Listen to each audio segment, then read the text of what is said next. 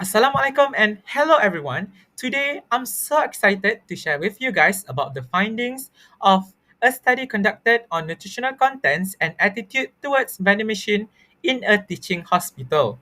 So I'm Muhammad Darushiman Muhammad Yusri, your presenter for today. I would like to also give a credit to the co-researchers of this study, which are Dr. Shafiqah Rahmat and Tiwan Kin. So without further ado, let's dive into the study. If you don't know, vending machines is also a part of food service industry. Vending machines provide a quick and convenient access to a variety of foods and beverages to cater our fast-paced lives. However, the impact of vending machines on our health and well-being cannot be ignored. Studies have shown that vending machines products are often high in calories, sugar, fat, and salt, which has been linked into issues like overweight and obesity. We all know that hospital and healthcare institutions aim to improve public health in terms of healthy eating. But sadly, healthy options in vending machines are rarely found. This study focused on two parts. Firstly, the compliance of vending machines product with the guidelines for the implementation of vending machines Malaysia. This guideline was authorized by the Ministry of Health in 2011. Second, factors influencing attitude toward vending machine. We had explored the factors associated with attitude toward vending machine, and previous research have indicated that gender and health consciousness play significant roles in shaping these attitudes. So, moving on to the methodology of this study, it was a cross-sectional study conducted at Hospital Sultan Abdul Aziz Shah HSAS located at UPM Serdang.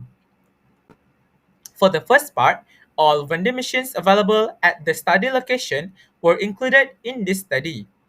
For the attitude, participants were driven from employees, outpatients, and also visitors of HSAS who were 18 years old and above and literate in Malay or English. For the sample size, a total 6 vending machines available were included in this study.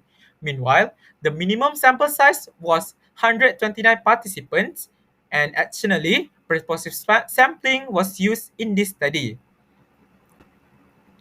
Nutrient profiling method was used and comparison was made to the guidelines to see the adherence of all the products available.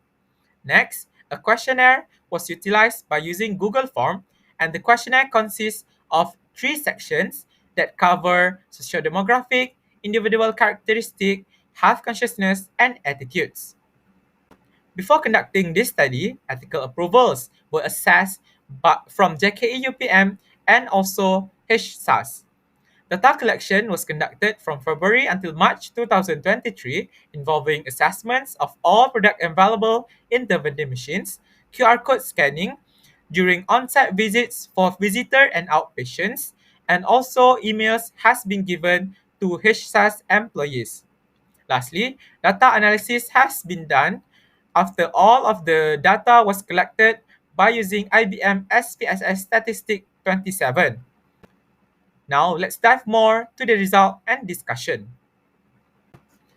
For the first part, the compliance of vending machines product with the vending machines guideline 2011. As you can see here, the blue color indicates a compliance of product with the guideline and red is otherwise. The food products available in the study location were 10.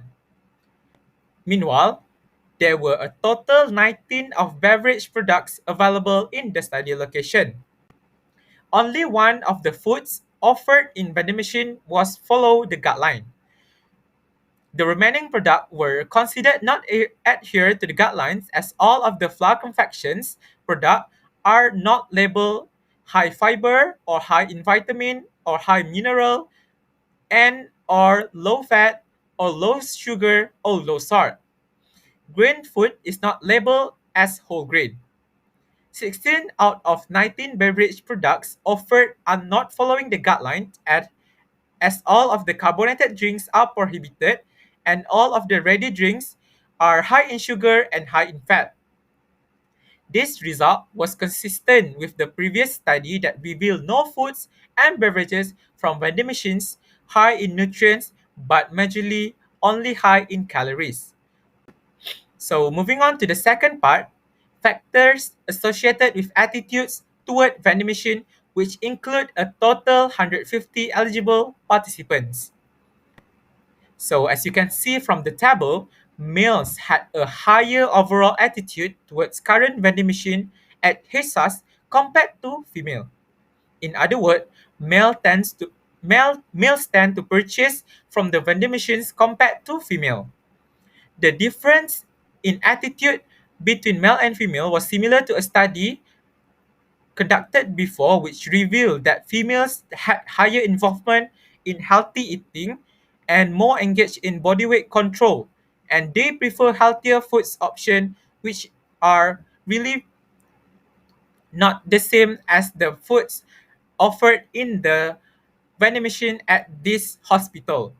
A previous study conducted by Hassan showed that males tend to hold more positive attitude toward vending machines, and a cross-sectional study discovered that male students consume higher calories from sugary beverages compared to female students. For the health consciousness and attitude toward vending machines, the mean score for health consciousness was 5.7 out of 7, which indicated a high health consciousness level. This study found a weak negative correlation between health consciousness and attitudes toward current vending machine.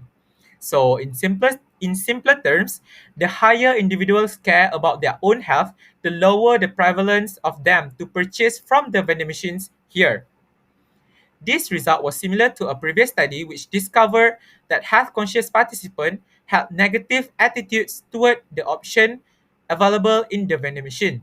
However, the low significant value could be attributed to the convenience of the vending machine itself.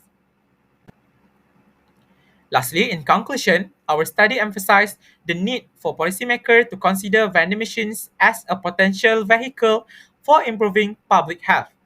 Our results also highlight the influence of health consciousness on consumer choices. So, the availability and accessibility of healthier choices in vending machine should be a priority.